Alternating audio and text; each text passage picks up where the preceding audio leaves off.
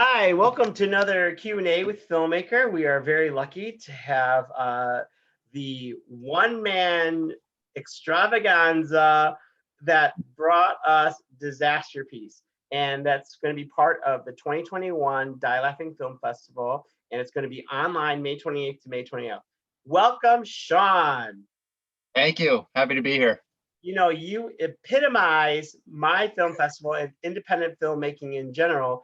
And this is like one of my shticks at the film festival. I always say we actually give an award. Oh, I shouldn't tip it off, but we give an award. It's called the Slash Award because an indie filmmaker, you're always like director slash writer slash crafty. You know what I mean? Like no one does one Yeah, thing, you know? So I right. got a big kick out of your project because I think you indulged in the credits and you honestly depicted your multi roles. So, but tell us about Disasterpiece. This story is basically about a guy who recently graduated college and is currently looking for the job, but it seems to sort of be all wash, sort of. Um, I can probably, it's probably pretty obvious that it's quasi autobiographical. It was sort of at a time where, it was a bit of a struggle to try to start anything coming straight out of high school and start my life. At that time, I was sort of trying to go into business for myself. So weirdly enough, the story behind it, without going into too much detail, is I was working a graveyard shift job while I was doing this filmmaking internship. And this was sort of one of the two projects of this internship. And the first project, I literally filmed during the day, worked throughout the night, edited through the day. The next day, I was up like 3 days in a row. And so I was like, I think I need to not do this graveyard thing and try to put all my eggs in a basket of going into business for myself. And it wasn't working out.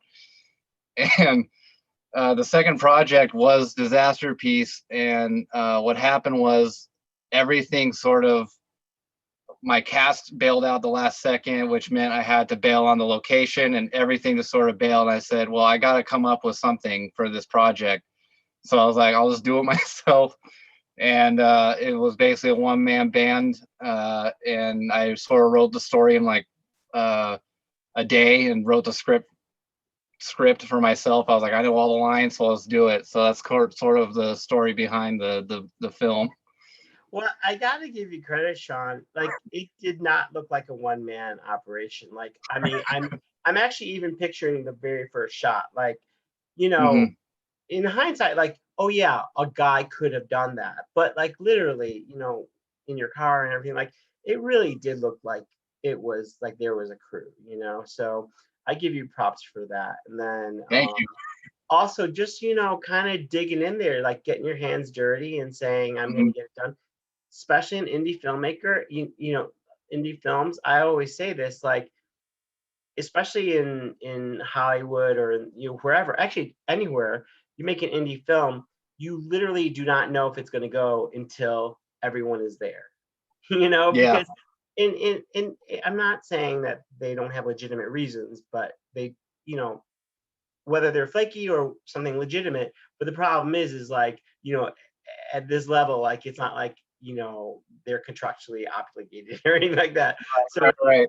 special, like that was something I was not familiar with, this idea of like that pit in your stomach, just like waiting, you know.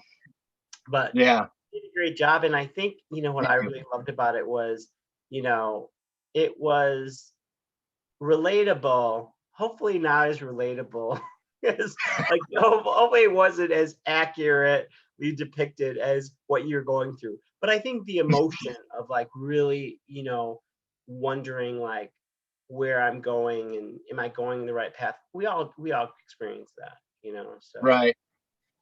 Yeah. That's sort of one of the big things I've learned over the course of actually trying to pursue my projects is I'm not big on change, but I had to learn to adapt at every step of the way. and this Yeah. is sort of my ultimate adaptation. I think that there's a distinction between change and adaptation. I think, True. I think we're naturally resistant to change. But if anything, this last 14 months have taught us we can change, and we actually can change rather quickly. You know, If we, yeah. if we have to. So Mhm. so tell us, what are you working on? Anything? What are you working on now, Sean? I hope you have something else going on. Yeah, so I don't have anything necessarily that I'm in the process of producing yet. I'm very much in the writing process right now, as well as squeezing that in between work and my own business. But I have a feature film and then a short film that I'm working on. I've been sort of uh, uh, polishing up a television show pilot that I'm working on as well.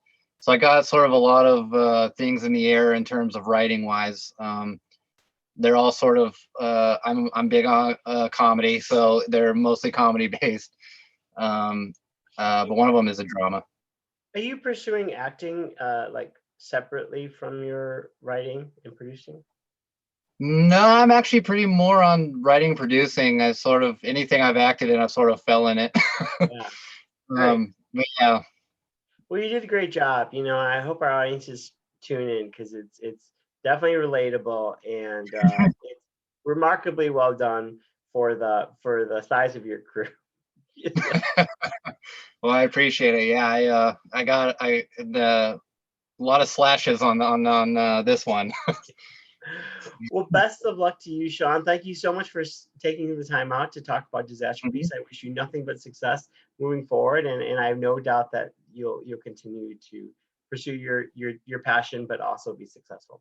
Hey, thanks Yeah, everyone for watching, and tune in May 28th to May 29th online. Check out our Facebook page for links, and Disasterpiece will be there. And thank you so much.